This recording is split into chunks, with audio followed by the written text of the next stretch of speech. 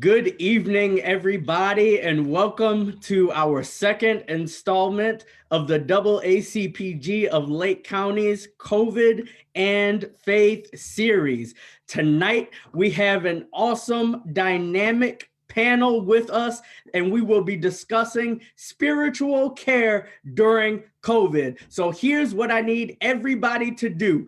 Whether you're watching this live or you're watching this back when after the recording has gone live, listen, what I need you to do is hit the like, the love, and the share button so the people that you love in your faith community can hear this message. Listen, I want you to do something real radical. I want you to tag your pastor. Tag your pastor so your pastor can watch this. Tag a chaplain that you know. Tag a mental health wellness person that you know. Tag a spiritual care provider because they don't want to miss this message on tonight. Listen, we also want to invite you throughout this entire 45-minute broadcast to send your comments in the chat box. You can also send questions because we will have those questions answered for you because we have three dynamic panelists today who are experts in their field. Hi, I'm Reverend Khalif Crutcher.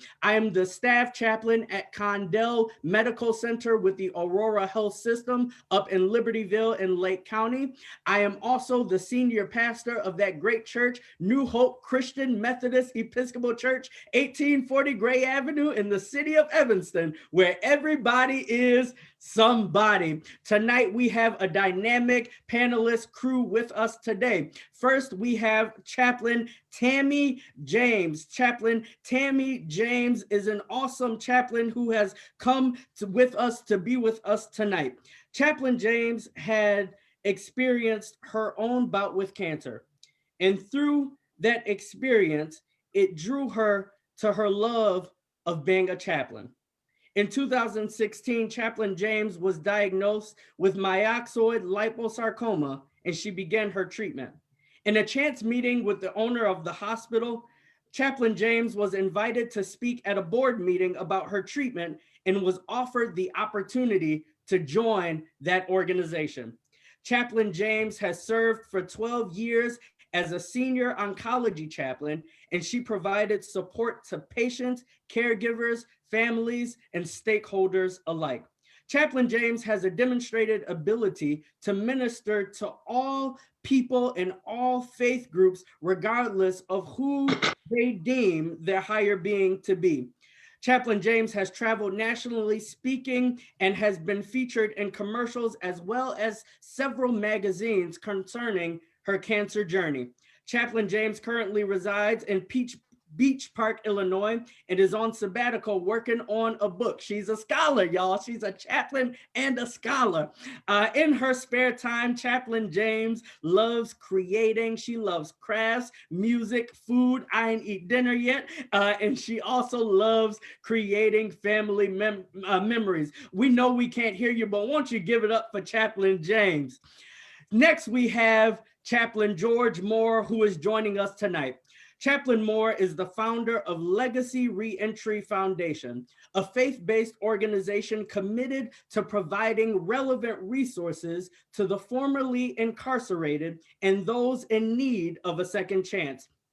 He is a man of God, and he is on the pastoral staff at Connection Church in Libertyville. He is a chaplain at the Lake County Jail. He is also passionate about preaching the gospel of Jesus the Christ.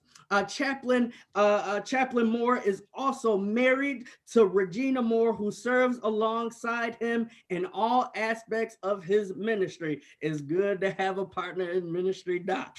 I know as a newlywed. He is also the author of several books, and we hope that you check out his books on his website that will be provided for you later in our broadcast. And finally, last but not least, we have with us the Reverend Dr. excuse me, the Reverend Dr. Adams, who is joining us, Curly L. Adams. I'm getting a little tongue-tied, and I'll tell you why in a second.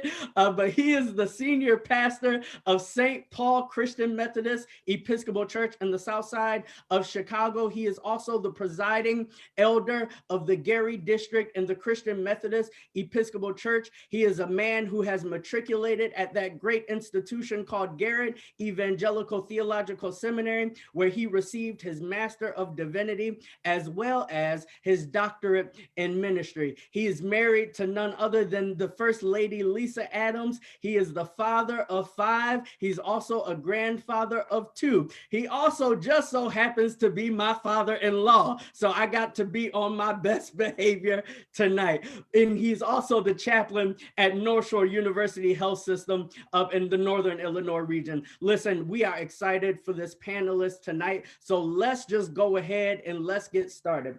The first question I have is for Chaplain Tammy. How have you provided support to those that are within your faith community during this time? Well, Reverend Kruger, thank you for having me on the panel. So for me, last year, right before COVID started, I actually was a patient. I was in the hospital and I ended up having a surgery myself. So it was kind of like how the scriptures say, physician, heal thyself. When COVID came in like a dragon, I had to look in the mirror and preach to myself as some of my patients were reaching out to me. I think with the COVID-19 disease, I think a lot of COVID and being able to minister to people in this season is all about perspective. To me, COVID has been a gift. And the reason that I said that COVID has been a gift is because COVID has allowed the entire world, not just America, but it's allowed us to look at who we are as people of faith. Do we believe God or do we not believe God? Can God heal? Does God still heal or does he not? I am off at this time and I am getting calls daily for people who are struggling with COVID. We know those of us who are chaplains in a hospital setting that you probably are the last person that sees someone at the deathbed.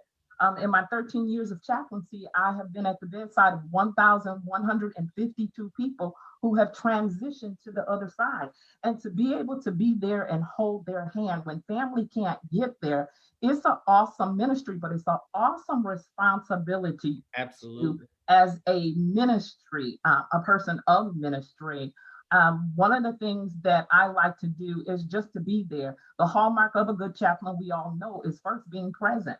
Absolutely. One of the things that my organization allowed us to do, which I thought was great, when we interviewed a new chaplain, what we look for is if that chaplain could be quiet. And a lot of times chaplains couldn't shut up. They didn't want to talk.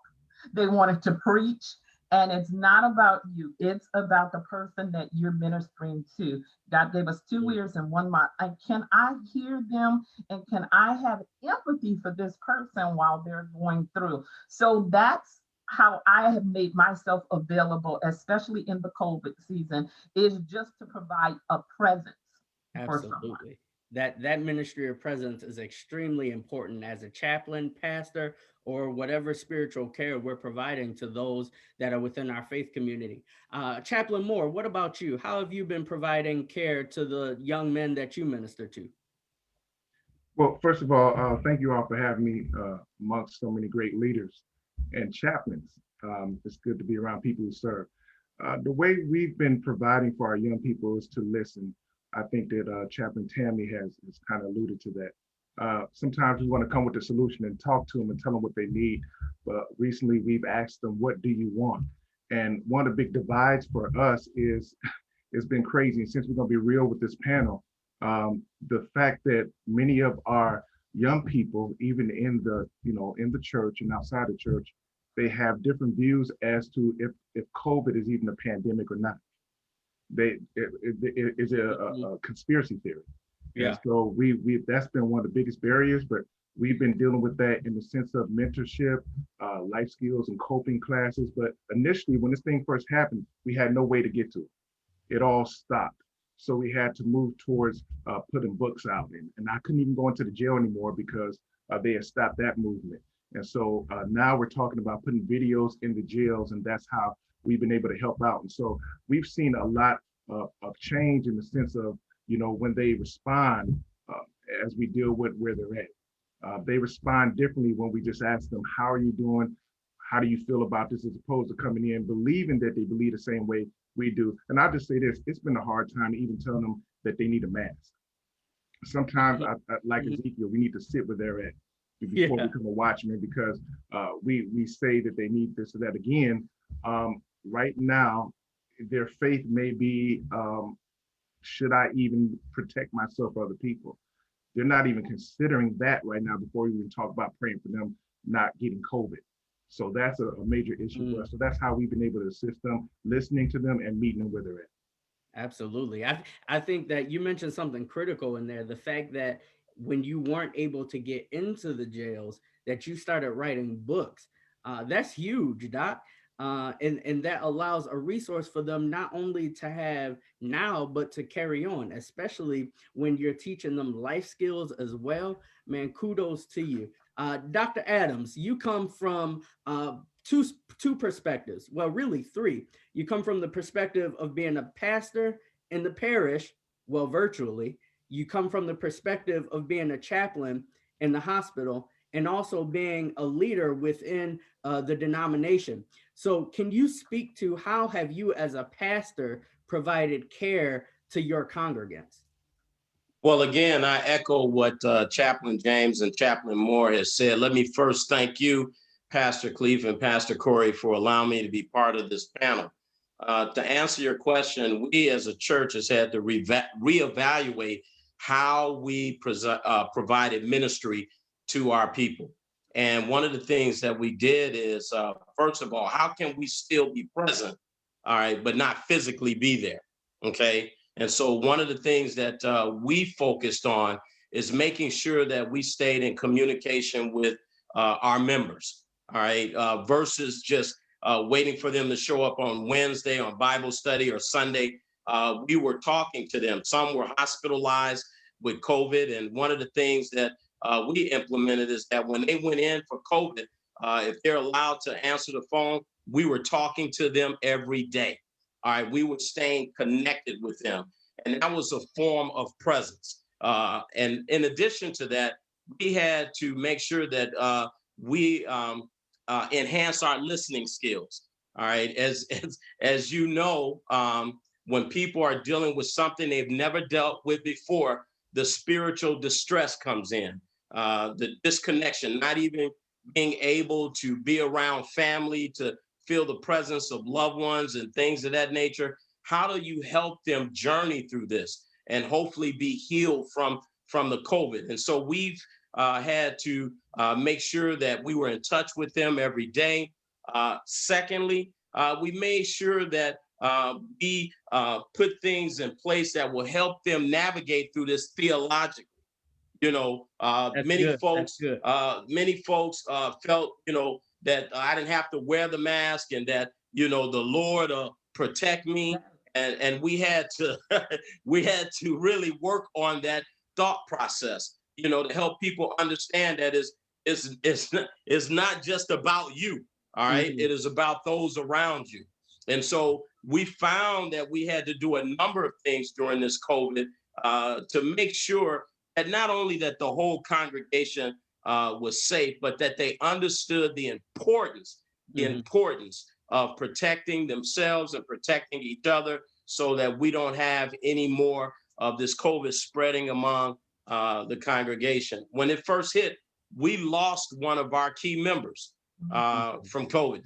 They died. And it was a shock to the congregation. Mm-hmm. And so we had to help people journey through that. And part of that was just making sure that we stay in contact with everyone, even those who were not in the hospital, even though they were not sick of COVID. What happened is something that was key to their faith formation, being able to fellowship, being able to, that was taken from them, from COVID. And so how do we do that? How do we reestablish that in some way?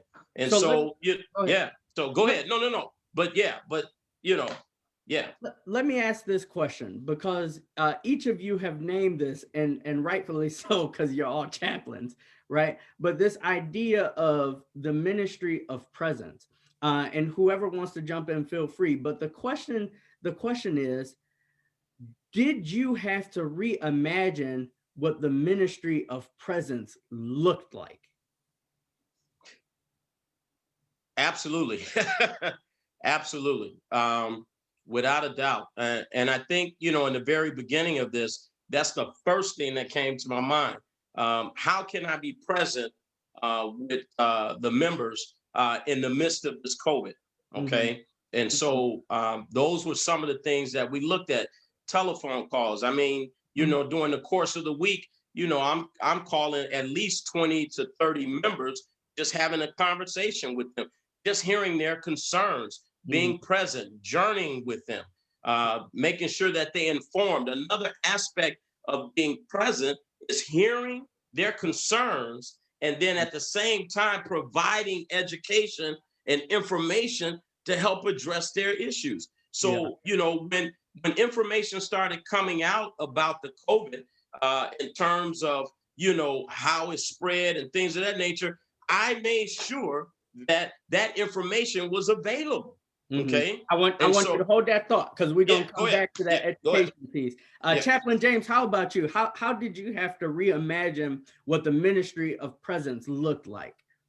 So like I said, when that COVID was a gift, I think it's a gift really to the body of Christ, because of the simple fact that the brick and mortar is out of order.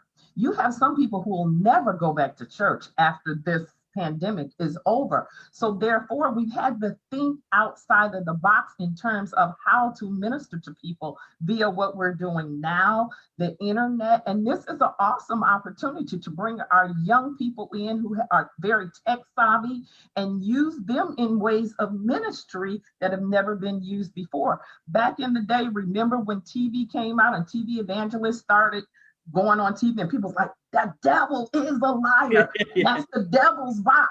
Well, look what we're doing now, So technology is something that's inspired by God. So we have to think out the box in ways of how do we minister to people who can't get the ministry of going to church. So I think that COVID is really gonna allow the church to reset and revolutionize. And how are we gonna get the gospel to all nations through what we're doing now? I want to go to you, Chaplain Moore, but before I do that, we want to thank everybody for tuning in. Again, this is our second installment of our COVID and Faith series, where we're talking about spiritual care. Feel free to write your questions in the chat box. We will get to them in just a few moments. Feel free to like this broadcast, to share the link out to your loved ones, to your pastors, to your ministers, to your deacons, if you so happen to be Baptist. Invite them into this conversation. Chaplain Moore, you might have the most difficult sort of experience out of all of us, because you're working with young men who can't just come out of the jail and go, to the park or whatever to have a conversation. So you mentioned, you writing books and things of that nature, but how did you, in the situation that you're in, how did you have to redefine what the ministry of presence looked like? I would, of course, echo what Chaplain Tammy said. I think we have to think outside the box. I think that's Christ-like. Christ wouldn't be held down by the culture. And that's one of the things that has happened. Domestic violence has been premier in Lake County, not just across the country, but in Lake County, it's the highest crime committed that has everybody in jail for felony charges. So when you look at that, people being at home, they need something to get inside the home, and we can't get in the home with them, especially during COVID. So the videos and the books, the PDFs, it makes a difference. Right now, we're talking to the jail. We're going to be able to make a big announcement soon, where the videos that we do, the podcasts that we do, are now going to go in on their tablets. Wow. And it's important that happens, because I believe, like was said earlier, I haven't seen so many pastors. I remember when it was taboo for a pastor or a preacher to get on the internet. Somebody said something recently, they just cracked me up and said, I've never seen so many pastors going to hell. Because we we're never supposed to end up in this line of media, but it just speaks to what God would have to happen. And I want to say this, and I pray this is like a fireside chat where we can just be real. Absolutely. And it was alluded to earlier. A lot of us are talking about what's negative, what has happened. We've seen, family members, myself personally, people in the congregation, people have transitioned and left this earth because of this virus. However, because of this, God has done something for the body of Christ. The young people are on the internet, and we wouldn't go there. And maybe something was allowed to happen to snap us out of our sleep and to go, as I said earlier, to sit where they sit. That's how we're going to reach them. We have to go where they're at. Go ye into all the world. We have to go to them. And I believe when we have this edifice and we invite people to us, we forget that evangelistic tool that God has given us to use these mediums and go out and reach them. So that is what we did. And I hear the word redefine, but I would use the word reimagine. Yeah, absolutely. Because what's happening is the presence is still there. Right. It's just the how, not the why and the what, but how we do it is just different. But it's still the presence of God reaching these people, whether it be through social media or any other media. So you all have mentioned something that's critical, right? This education piece, because we have folk who've been in church all their life, longer than I've been alive, who trust in the Lord, and they don't need to wear a mask because God's gonna cover them and protect them, and the COVID ain't gonna take them out and all this other stuff. But what do we as spiritual care providers, be it chaplains or pastors, say to those members and respond in a theological manner? Is it our responsibility as spiritual care providers to provide education about the vaccine, to provide education about the numbers of deaths that we've been experiencing? Is it our responsibility to offer hope and and provide education about the numbers of folk who have recovered from this virus? What would you all say to that? We're gonna start with let's go with Chaplain Tammy. Well, when we think of Old Testament and Levitical law, if you were a leper, you were put outside of the camp. And when you went anywhere, you had to say unclean, unclean. We're not asking people that, but we are asking that you keep yourself safe and that you keep others safe. I, in particular, I had a reaction in 2017, a severe reaction to a flu vaccine, which I had to have for my employment in the hospital. It rendered me paralyzed on the left side of my body. So I cannot take the COVID vaccine. So guess what?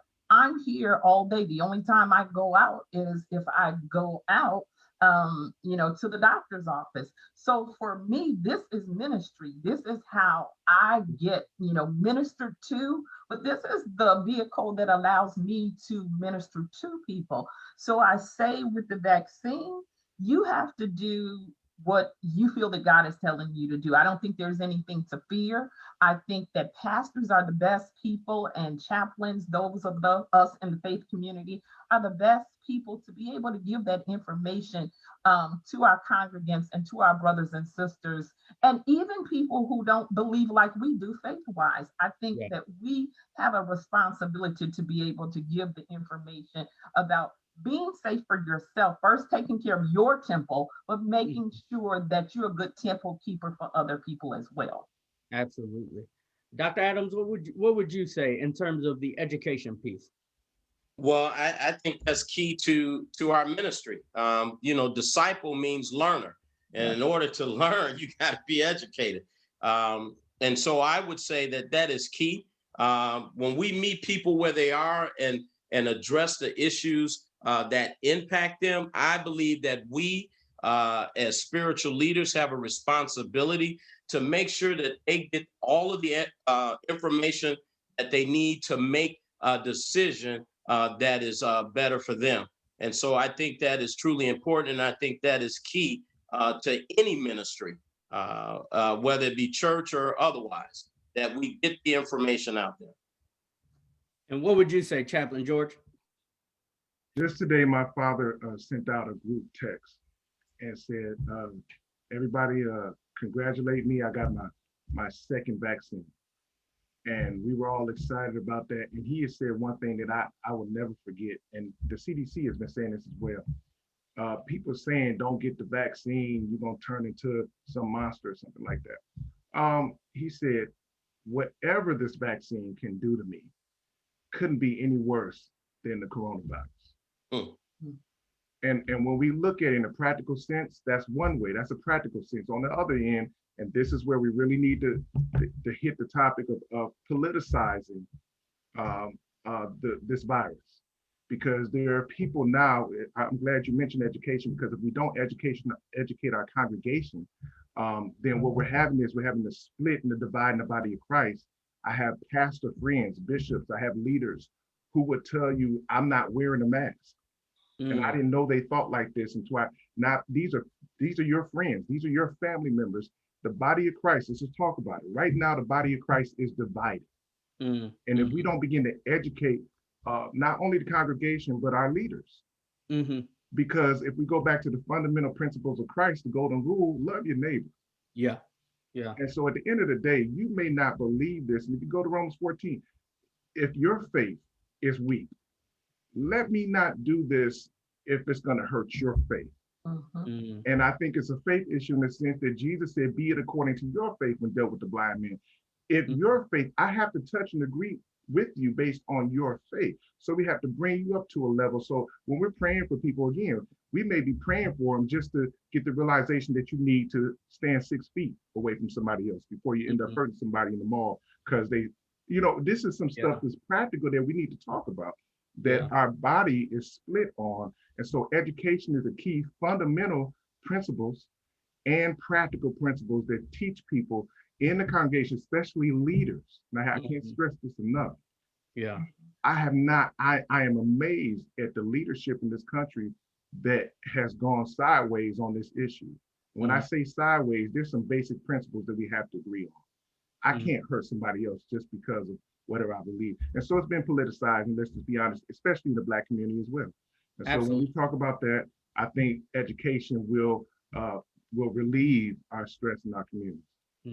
And I think that that's a fundamental key to being a spiritual care provider, is providing that education, right? Because we're caring for those that we care for, whether we agree or whether we disagree with the vaccine.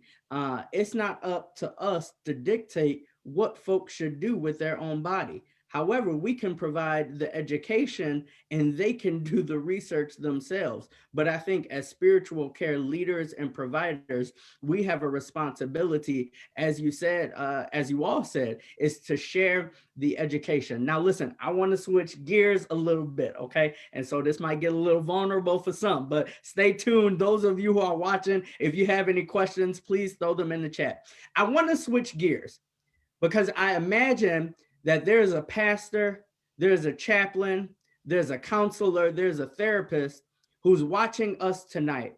And they're asking the question, well, how am I supposed to care for somebody else when I too am experiencing a COVID burnout? So the question that I have for all of us is, how have you been caring for yourself during this time? Let's start with Dr. Adams. Thank you. Well, I think it's important that you do the things that bring enjoyment to you. And one of the things for me is spending time with my family. I make sure I do that during the course of the week. And I think Khalif knows that very well. But I make sure that I spend time with my family. I take that moment to center where I don't have to be Reverend Dr. Curly Adams. I don't have to be Chaplain Adams. I can just be Dad. I can just be Curly. Where I can just be that. And that has helped revitalize me, re-energize me, and help me to be able to enter the next week, prepared to do what I need to do. And I just make sure that I do that every week. In addition to that, I have my centering moment. My wife and I do devotion every morning.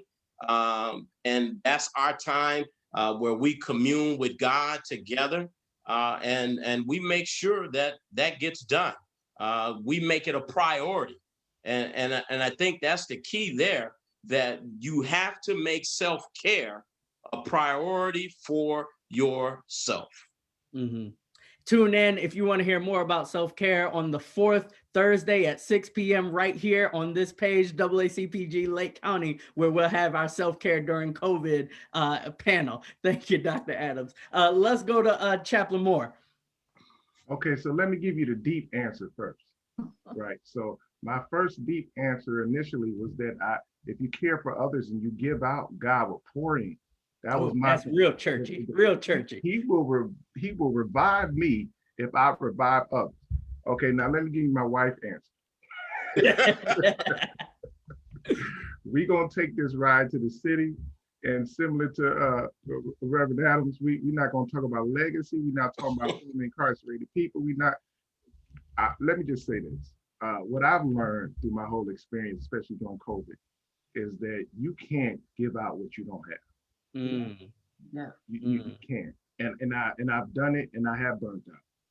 And Mhm. every now and then you do need to take a ride, you do need to stop and not talk about ministry. You need to stop. And a powerful preacher once said, just because you go on vacation, you don't go on vacation from the word. And so there's a time to just sit back and then just meditate on God's word. I think I experienced more time with him. I think one of the most beautiful things about this whole experience, especially during the pandemic, is that we all got sat down. Like people that never read their Bible before, you can't go nowhere. So now you got to sit down and actually spend some time with God. And so that for me has revived me. Those two things, being practical. Stop trying to give out so much and just stop, sit down, like my wife says, shut up, and just do nothing. Can you just be still? And I think that in being still, that for me has revived me. And I think it's refreshed a lot of people. Be still and believe God, and spend some time with him. And that I believe has helped all of us. Yeah. Thank you. And last but not least. Pastor Adams and Pastor Moore, I'm sure, and too, you, Reverend Kruger, being a chaplain, we all suffer from compassion fatigue. And a lot of times we're not honest, especially in the Black community. There's a taboo, something taboo about going to see a mental health provider. Well, let me tell you what my mother always said. My mother said, if you don't go and see somebody, you're going to be running down the street butt naked and everybody going to know you got a problem. Yeah. We don't want that to happen. And so I take care of my temple because I think that I'm a realtor. I'm in the real estate of taking care of this temple that God has provided me. Now, I want to give the Holy Spirit a good place to live in. I want to take care of all the stained glass. He can't shine through if I'm all jacked up on the inside. So God wants us in a state of, the beggar said, Jesus said, he said, would thou be made whole? A lot of people want to be healed, but they don't want to be whole.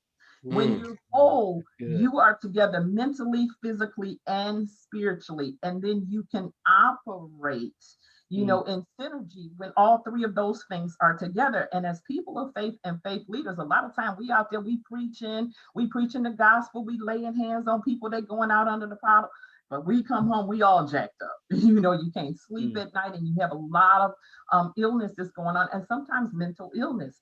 And I signed up to go and I see somebody on a regular basis, a person of faith. And guess what? I'm able to share with them and they give me tools, they sharpen my tools, but it's always been taboo in the Black community for us to go and see someone. So I gave Pastor Corey the name of a wonderful lady here in Lake County. She's a woman of faith. She's my colleague. Her name is Corliss Ivy. She's available. We'll put her information out there. She's a wonderful person to talk to.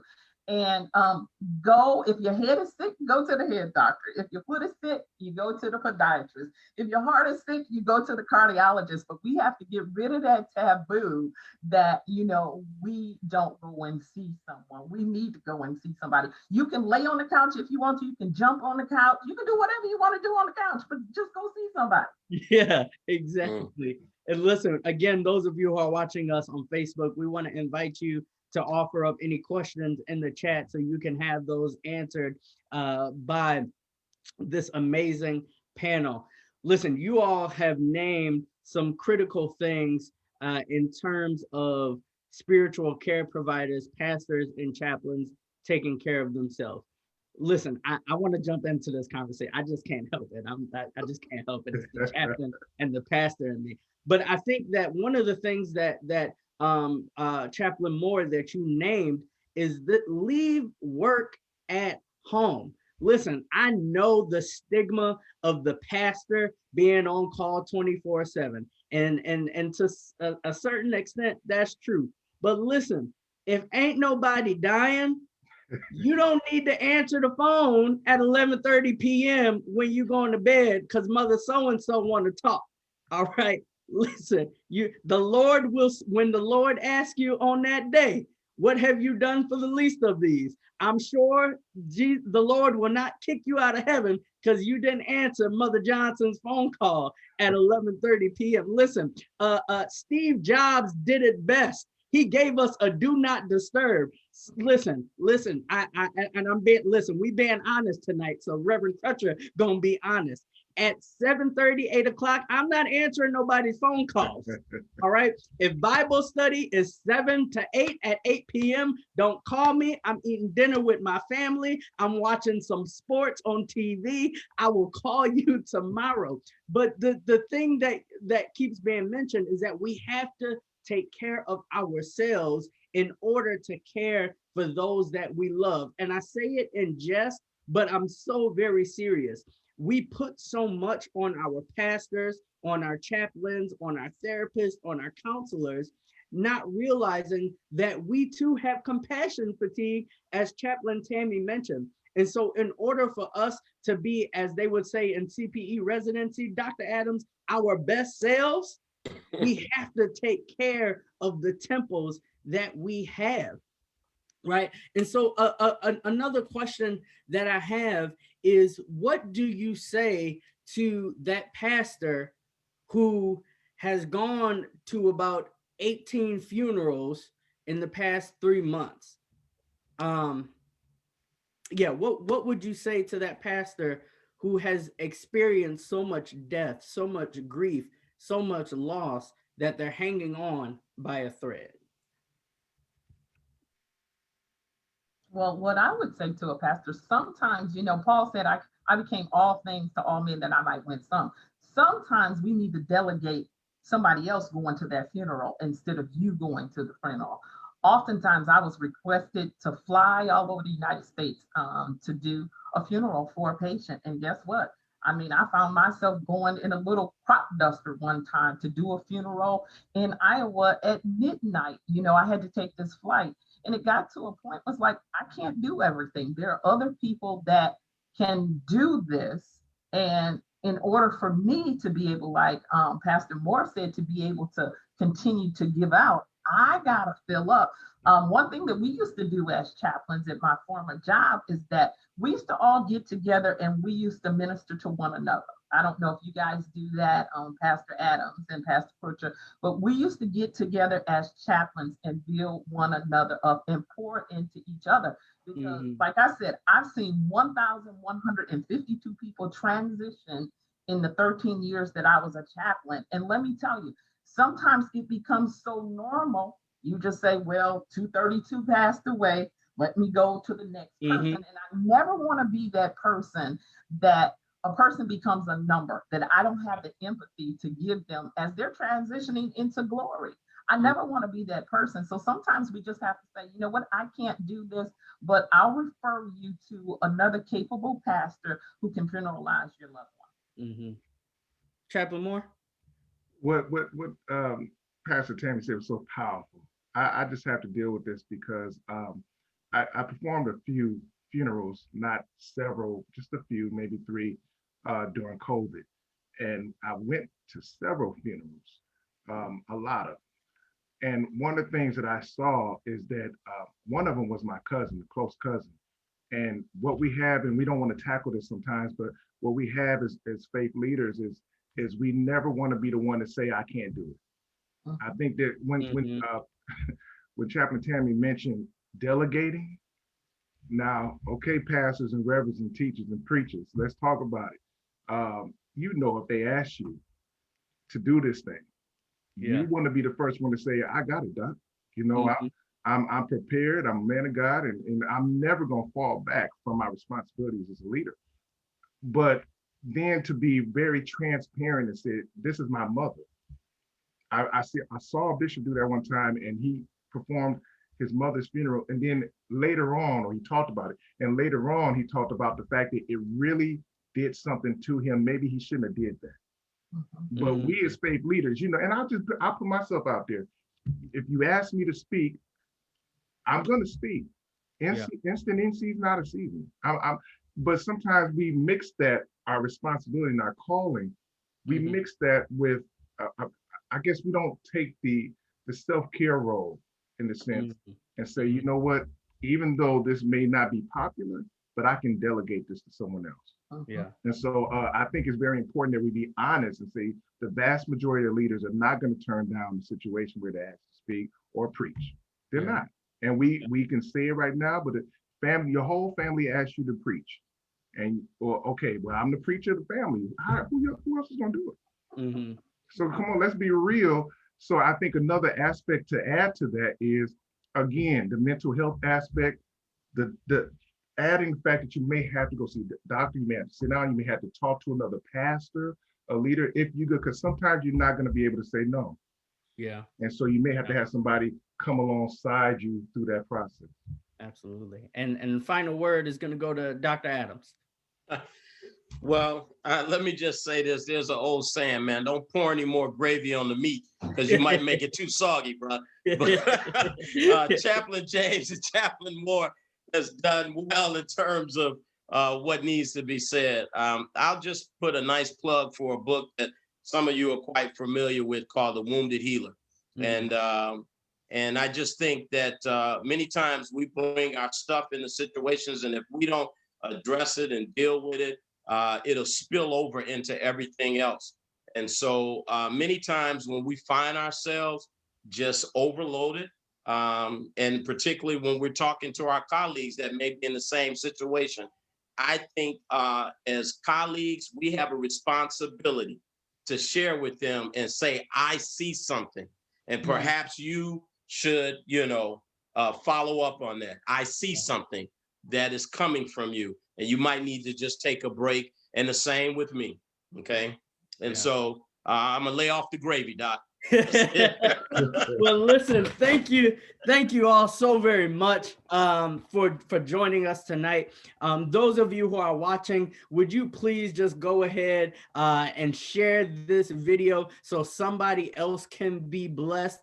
We also want to remind you that we will be here for the next 2 Thursdays at 6 p.m., same time, same place. Next week, we will be discussing reimagining worship during COVID. And for our panel next week, we have our very own AACPG member, Pastor Corey Ratliff. We also have Pastor Ernest Duplessis and Mr. Andrew Gatson, who will share with us how we can reimagine worship during this time. Again, to my amazing panelists, thank you so very much for sharing your expertise. Chaplain Tammy James, Reverend Dr. Curly L. Adams, and Chaplain George Moore, thank you for the opportunity to share with us tonight. And we also want to thank our tech team on the back end, Pastor Corey Ratliff, for putting this thing together, as well as Janelle White, who's also a part of our tech team. Thank you all so very much. Again, before we head out, we want to remind you to share this. Not only share it, but tag your pastor, tag your apostle, tag your bishop, tag your deacon, tag your elder, tag your first lady, tag whoever you need to tag so they can hear this message. Spiritual care during COVID, not only taking care of those within our faith communities, but also taking care of ourselves. They said we couldn't get 4 preachers together and stick to 45 minutes. Well, guess what? We are out of here. Thank you, everybody. Have a great night.